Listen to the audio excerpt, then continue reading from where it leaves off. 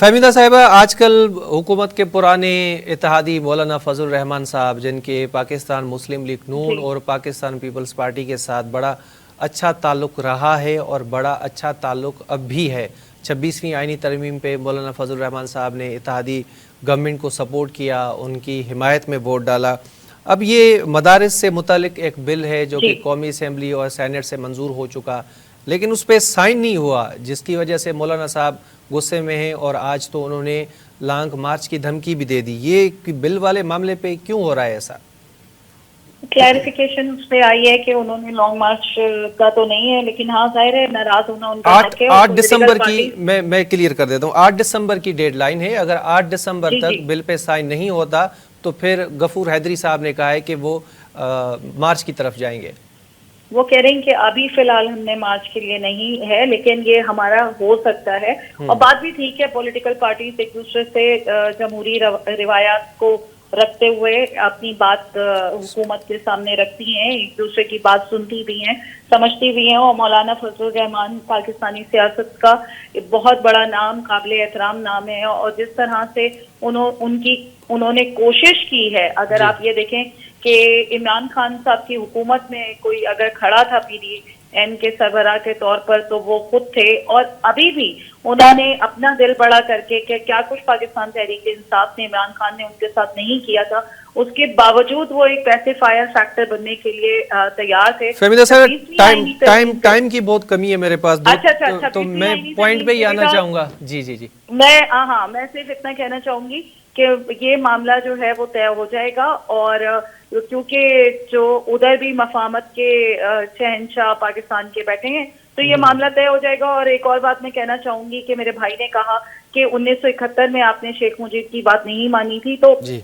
हमने बांग्लादेश की सिचुएशन में जाना पड़ा था। लेकिन मैं आपको ये बता दूं कि अब हम 2025 के अंदर हैं और पाकिस्तान की फौज इस वक्त जो है वो बहुत बेहतर और बहुत उस हालात में है। तो मुझे नहीं लगता कि खुदा ना खास्ता पाकिस्तान को कभी जो है वो बांग्लादेश जैसी सिचुएशन का सामना फिर करना पड़ेगा। और पाकिस्तान को तोड़ने की बातें करने वालों के साथ भी अगर कोई भी सलूक किया जाता है कानून के मुताबिक, तो वो उनके साथ किया जाना चाहिए। 9 मई के भी जितने भी जो मुल्जिमान हैं उनका भी जल्द अज जल्द ट्रायल होना चाहिए और हमारी तमाम सियासी जमातों को एक साथ बैठकर बात कर लेनी चाहिए। ठीक है इफ्तिखार साहब, अगर आप फहमीदा साहिबा को जवाब देना चाहें तो दे सकते हैं। मैं छोटा सा सवाल ऐड करूंगा मदारिस वाले मामले पे। हुकूमत और मौलाना फजल रहमान साहब के दरमियान एक डेडलॉक है, पता नहीं हल होगा नहीं होगा, कल के इत्तेहादी आज की अपोजिशन बन जाएगी। इस पे भी मैं आपकी राय लेना चाहूँगा। मुझे रहमान साहब के बारे में मैंने हरगिज नहीं कहा कि उनसे उनकी बात आपने नहीं मानी। मैं तो ये कह रहा हूँ कि आपने उनको डिसएंगेज किया, तो डिसएंगेजमेंट का नतीजा आपने देखा क्या निकला। जी। मैं समझता हूँ कि एंगेजमेंट ही एक रास्ता होता है। हमने तो अमेरिका जैसे मुल्कों को आके तालिबान को एंगेज करें, बंदूक के जरिए बात ना करें, और फिर हमारी अमेरिका ने बात मानी और दोहा में मुज़ाकरात के बाद वो यहाँ से निकला। तो अपने लोगों के साथ हम ताकत के जरिए बात करना चाह रहे हैं, तो मुझे समझ नहीं आ रही। रह गया मौलाना साहब, अब देखे ना इस वक्त हम तहरीक इंसाफ को तो क्रिटिसाइज कर रहे हैं कि आप एक जत्था लेके आए इस्लामाबाद की जानिब और आप कहें कि जी मेरे मुतालबात माने, तो ये कल्चर नहीं होना चाहिए। दूसरी जगह मौलाना फजल रहमान साहब अगली सांस में वही बात कर रहे हैं कि मेरे मुतालबात ना माने गए तो फिर मैं भी एक जत्था लेके इस्लामाबाद की जनाब चढ़ाई करूंगा, तो फिर आपके साथ मैं जो करने वाला है वो कर लूंगा। तो मैं समझता हूँ कि सियासी जमातों को इस बात का इल्म है कि जब तक आप एक जमे गफीर लेके नहीं आएंगे, ना तो आपकी प्रेजेंस को एक्सेप्ट किया जाएगा और ना ही आपके मुतालबात को सुना जाएगा। तो इस कल्चर को खत्म होना चाहिए इससे पहले कि ये नौबत आए।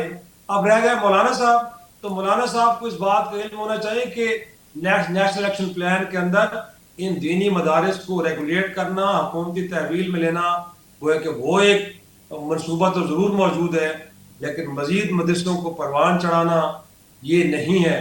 तो वो जो चाह रहे हैं शायद रियासत को ये कबूल नहीं है। तो मेरे ख्याल में मौलाना साहब को पीछे हटना पड़ेगा। रियासत ने तो फैसला कर ली जो कर चुकी।